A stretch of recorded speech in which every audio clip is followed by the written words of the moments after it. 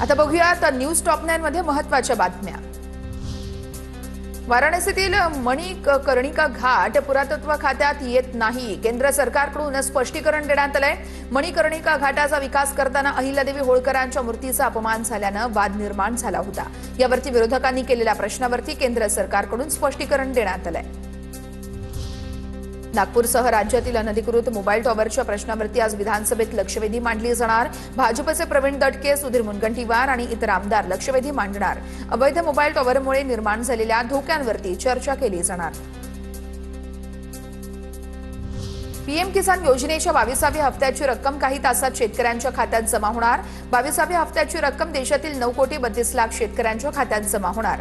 कृषी आणि ग्रामविकास मंत्रालयाकडून आता 18,640 कोटी रुपये वर्ग केले जाणार अशी देखील माहिती मिळतेय।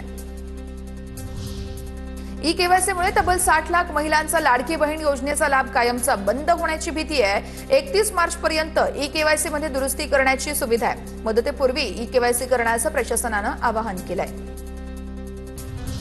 शिधापत्रिकेवरती मका देण्याचे राज्य सरकारचे आदेश आहेत। शेतकऱ्यांकडून खरेदी केलेला मका शिधापत्रिकेवरती मिळणार। गव्हाच्या बदल्यात मका देण्यात येणार। फेब्रुवारी अखेरपर्यंत खरेदी करण्यात आलेला मका वितरण करण्याचे निर्देश आहेत।